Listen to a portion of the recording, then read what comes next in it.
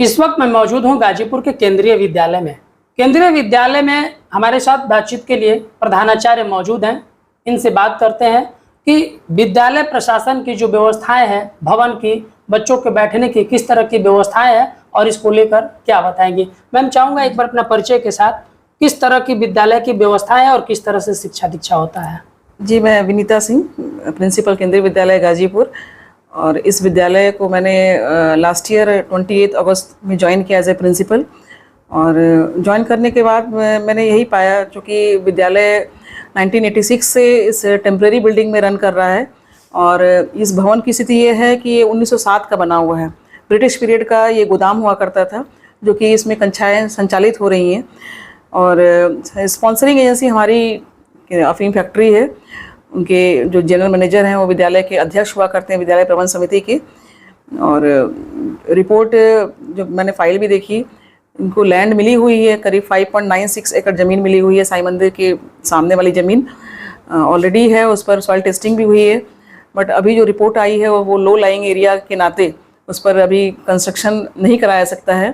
तो इस संबंध में अभी वार्ता चल रही है और हम लोग प्रयास कर रहे हैं कि जल्दी ही समस्या का स्थायी समाधान निकले, क्योंकि गुणवत्तापूर्ण शिक्षा हम इस टेम्प्रेरी बिल्डिंग में कहीं ना कहीं बहुत दिक्कतों का सामना करना पड़ रहा है। कक्षाएं टीन शेड में चल रही हैं, अत्यधिक गर्म हो जाता है और बच्चों के लिए असहनीय गर्मी। भाई टीचर तो हमारे भाई लगातार क्लास ले रहे हैं, आ रहे हैं, जा रहे हैं, लेकिन 6 घंटे उस टीन शेड में बैठना बच्चों के लिए ये मतलब मुझे लगता है कि टॉर्चर की तरह ही मुश्किल हो रही है। तो गुणवत्तापूर्ण शिक्षा अगर कहीं देनी है तो आज के डेट में विद्यालय का स्थायी भवन होना बहुत ज़रूरी है। और नई शिक्षा नीति के अनुरूप शिक्षा देने में भी हमें दिक्कतों का सामना करना पड़ रहा है। तो इस दिशा में प्रयास किए जा रहे हैं, हमारा डिपार्टमेंट लगा हुआ है और जल्द ही इस समस्या का समाधान निकल जाएगा, ऐसी मुझे उम्मीद है। इस पे क्या लग रहा है, पत्राचार वगैरह कुछ? जी, पत्राचार मैं जब से आई हूँ लगातार इस संबंध में पत्राचार किया गया है।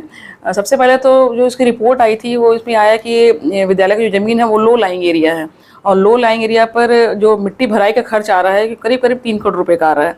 तो इस 3 करोड़ रुपए का खर्च हमारे डिपार्टमेंट ने, संगठन मुख्यालय ने रिक्वेस्ट किया कि आप अपने स्पॉन्सरिंग एजेंसी से इस मिट्टी की भराई को सुनिश्चित कराएं ताकि उस पर हम बिल्डिंग बना सकें। तो इस संबंध में पत्राचार चेयरमैन से भी किया गया, जो हमारे जनरल मैनेजर हैं। उनसे फिर वार्ता करने के बाद अल्टीमेटली उनकी तरफ से रिप्लाई आया है कि चूँकि विद्यालय ये प्रोजेक्ट सेक्टर का विद्यालय नहीं है, ये सिविल सेक्टर में आता है, तो इस पर आपने जो रिक्वेस्ट किया है उस पर हम विचार नहीं कर सकते। उसके बाद फिर फर्दर ये इस चीज़ को मैंने कम्युनिकेट कर दिया अपने हायर अथॉरिटीज़ को। तो फिर वहाँ से हमें इंस्ट्रक्शन मिला कि आप अपने ज़िले के जिलाधिकारी महोदय से बात कीजिए, अगर ये इस ज़मीन पे फिजिबल नहीं है तो फिर कोई अन्य समतल कोई भूमि मिले जिसपे कि केंद्रीय विद्यालय का स्थायी भवन का निर्माण किया सके। इस संबंध में जिलाधिकारी महोदया से भी मैं मिली, 2-3 बार मैं मिल चुकी हूँ। पिछले अभी 1 अगस्त को भी मुलाकात हुई। तो माननीय जिलाधिकारी महोदया ने भी सुझाव दिया कि ये सब मामला मेरे संज्ञान में है, इसमें आप अगर आप ज़मीन चाहते हैं तो फिर आप अपने सचिव, अपने मुख्यालय, केंद्रीय विद्यालय संगठन मुख्यालय को आप पत्र लिख करके ये बताएं कि वहाँ से सचिव उत्तर प्रदेश शासन को पत्र लिख करके केंद्रीय विद्यालय गाजीपुर की ज़मीन हेतु वहाँ से आग्रह किया जाए। सचिव से पत्र प्राप्त होते ही वो इस दिशा में काम करेंगे। तो इस तथ्य को मैंने अपने पत्र के माध्यम से अपने हायर उच्च अधिकारियों को अवगत करा दिया है। तो निश्चित तौर पर मुझे लगता है कि जल्द ही इस समस्या का स्थायी समाधान निकलेगा। अभी जो देख रहा था कि युवा संसद कार्यक्रम का आयोजन हो रहा था, जिस तरीके से हाल की व्यवस्था थी वो कॉन्फ्रेंस हॉल की तरह नहीं दिखाई दे रहा था। ये चूंकि मुझे कराना था और मुझे अपने जिले के एमएलसी महोदय को बुलाना था कि कॉन्स्टिट्यूशनल पोस्ट पर कोई व्यक्ति जो है हमारे अतिथि अगर आए और बच्चों को देखें, तो बच्चों का उत्साहवर्धन, भाई बच्चों को हम सुविधा नहीं दे रहे हैं इंफ्रास्ट्रक्चर, लेकिन हम जो प्रोवाइड कर सकते हैं उसको तो करने का प्रयास करें। इस नाते मैंने उनको बुलाया और मेरे पास कोई ऑप्शन नहीं है कि मैं कहाँ करूँ। मैंने सोचा कि बाहर करूँ, लेकिन बारिश के मौसम में पूरी संभावना थी कि बारिश होगी, नहीं हो सकता है। फिर उस कंडीशन में मैंने एक अपना क्लासरूम डिसाइड किया कि इसी को हम पार्लियामेंट का लुक दें, जो व्यवस्था हमारे पास है उसी में हम बेस्ट करने का प्रयास करें। जो पथ क्या पति कुशलता क्या, जिस पथ पर बिखरे शूल ना हो, नाविक की धैर्य परीक्षा का जब धाराएं प्रतिकूल ना हो।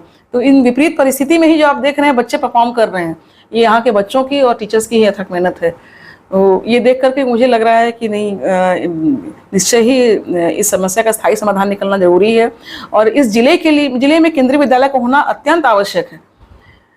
अत्यंत आवश्यक है कि आज तक केंद्रीय गाजीपुर में केंद्रीय विद्यालय की अपनी बिल्डिंग नहीं बन पाई है। अगर ये अपनी बिल्डिंग होती तो बहुत सारे बच्चों को यहाँ के मौका मिलता और निःशुल्क शिक्षा, कम पैसे में शिक्षा और गुणवत्तापूर्ण शिक्षा केंद्रीय विद्यालय जो दे सकता है वो दूसरा कोई विद्यालय इसके मुकाबला नहीं कर सकता। बिल्कुल। अभी जब आए थे एमएलसी विशाल सिंह चंचल, उनसे भी आपने इस मामले को अवगत कराया है जी। क्या बात हुई, क्या बताया? मैंने उनसे भी आग्रह किया कि स्टेटस मैंने बताया कि आज की डेट में ये स्टेटस है।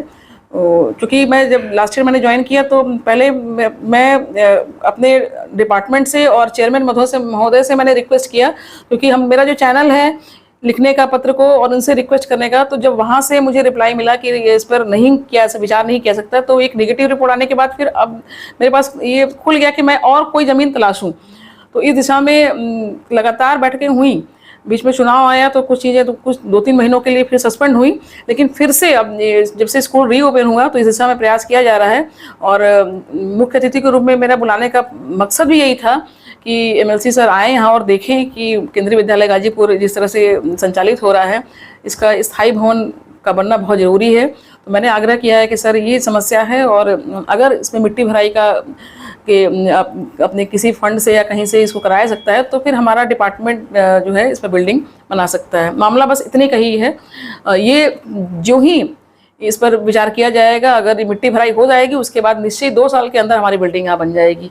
अच्छा, देखा है जिस टीन शेड में बच्चे पढ़ रहे हैं, बारिश के दिन में चूने की भी स्थिति जी, निश्चित बिल्कुल। तो उस स्थिति में क्या होता है? उस स्थिति में देखिए 3 रो में विद्यालय रन कर रहा है, उसमें एक रो पर तो टीन शेड के ऊपर एक मतलब कि एक कोटिंग कराई गई है, लेकिन फिर भी अत्यधिक बारिश होती है तो ये समस्या बनी रहती है इस रिसाव का। और चूंकि भवन इतना पुराना है तो समस्याएं आना स्वाभाविक है। ऊपर से कुछ गिरने का का भी डर बना रहता है। इसका सुरक्षा प्रमाण पत्र हमें फैक्ट्री के इंजीनियर देते हैं, लेकिन जो भवन है अपनी लाइफ पूरी कर चुका है। सुरक्षा प्रमाण पत्र नो डाउट हमें मिलता है, हम लोग हर वर्ष इनसे लेते हैं कि ये बिल्डिंग आप ये सुरक्षित है कि नहीं, इसका एक सर्टिफिकेट हमें दें, क्योंकि बच्चों की सुरक्षा का मामला है। बच्चे सुरक्षित होंगे पढ़ाई उसके बाद ही है, तो ये सुरक्षा प्रमाण पत्र हमें मिलता है, लेकिन ये लोकल स्तर पर मिलता है और ये काफ़ी नहीं है। मतलब इस व्यवस्था से आप भी संतुष्ट? बिल्कुल, निश्चित तौर पर। तो देखा आपने, हमने बात किया केंद्रीय विद्यालय की प्रधानाचार्य थी जिनसे हमने बात किया। जिस तरीके से देखा जाता है कि जो निजी विद्यालय होते हैं वो तमाम सुविधाओं से लैस होते हैं। राज्य सरकार जो होता है वो तमाम स्कूलों का कायाकल्प कर रहा है, स्कूलों में एक से बढ़कर एक व्यवस्थाएं दे रहा है।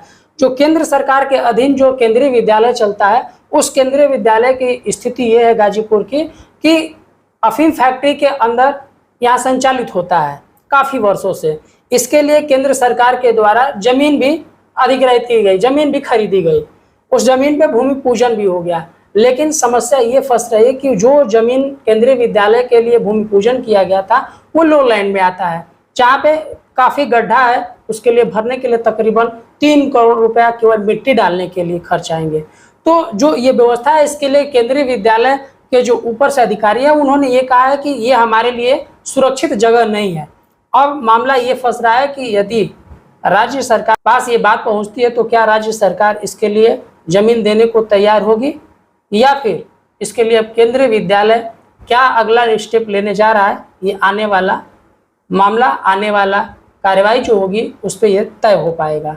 गाजीपुर से शशिकांत तिवारी।